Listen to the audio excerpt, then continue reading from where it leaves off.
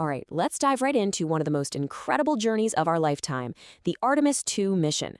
Now, this isn't just any launch. We're talking about humanity's first crewed flight back to the moon in over a whole generation. Yeah, just let that sink in for a second. More than 50 years. That's how long it's been since a human last went to the moon. I mean, for a lot of us, that's our entire lives. It's this huge gap in our story of exploration. And that's exactly what makes this next mission so important. So, what's really fascinating here is how the whole game has changed. Think about it. The Apollo missions, they were all about the race, right? Get there, plant the flag, get back home. A sprint. But Artemis, this is completely different. The goal isn't just to visit, it's to figure out how to build a future there. It's about learning to stay. Okay, so here's our game plan for this explainer. First up, we'll get into why we're going back now. Then, we'll meet the 4 incredible explorers on this mission. After that, we'll break down the journey itself, what's being called the final dress rehearsal. And finally, we'll talk about why this is such a massive bridge to the future. All right, let's jump into part 1, return to the moon. The big question is, why now? After all this time, why are we finally going back? And, to really get that, you kind of have to ask, why did we ever stop? So a quick look back tells the story. In 1968, you have Apollo 8 making that first historic orbit of the moon. Just incredible. But then just a few years later, by 1972, it's all over. The program ends. And for decades, silence. Human deep space exploration just kind of went on hold. It wasn't until 2017 that the Artemis program officially kicked off, finally setting the stage for this crewed flight, which is now looking at a 2026 launch. And this quote really nails it. It's not about repeating history. It's about building the future. So what does that mean? It means setting up shop on the moon, creating a permanent human presence there, and using it as a launch pad, a stepping stone. All of this is the crucial groundwork for the next giant leap, sending people to Mars. Okay, part 2, the 4 explorers.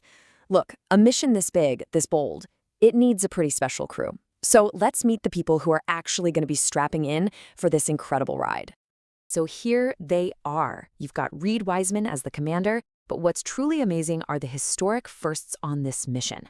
We've got Victor Glover, who will be the first African-American astronaut to fly on a lunar mission. We have Christina Koch, the first woman to fly to the moon, and Jeremy Hansen from the Canadian Space Agency will be the very first non-American to make this journey. I mean, this crew, it really represents a new era for all of us. All right, on to part 3.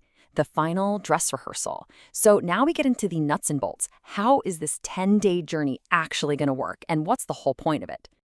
Okay, the main thing to remember is that this is a test flight. But wow, it's the most ambitious test flight ever. They're going to launch on the SLS rocket, which is NASA's most powerful rocket, period. Now, they're not going to land on the moon. Instead, they'll do a flyby, basically looping around the far side of the moon. And the whole time, they're testing everything on that Orion spacecraft. Life support, navigation, and especially that heat shield. Then they'll use something called a free return trajectory. It's this brilliant path that uses the moon's own gravity like a slingshot to whip them around and send them right back home to Earth. Super clever.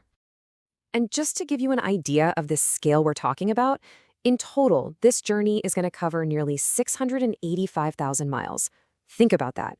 They're going to fly farther out into space than any human has ever gone before, pushing thousands of miles past the moon before they even start heading home. A huge part of this mission is also about testing brand new tech.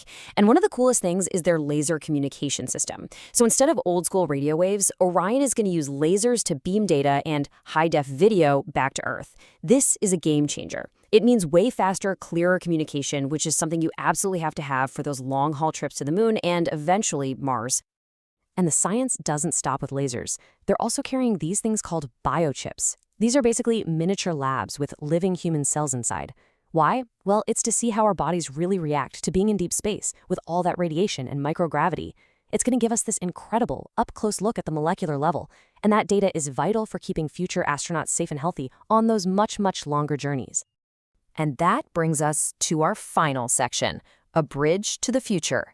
Because when you strip away all the tech and the science, what's the big picture here? What's the real so what of this mission? At its heart, Artemis II is so much more than just a test flight. It's one of those really rare moments where science, incredible human courage, and our culture all just meet. This whole flight is a symbol, right?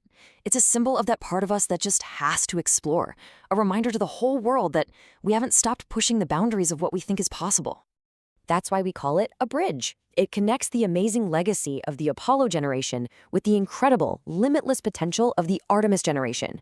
It's the link between what we once did and everything we're about to do.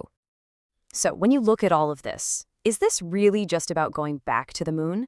Is this just a nostalgia trip, trying to recapture some old glory? Absolutely not. The answer couldn't be clearer. This is about moving forward. It's about using the moon as the proving ground, the place where we perfect the technology and gain the knowledge we need to take that next giant leap to Mars, and yeah, eventually beyond.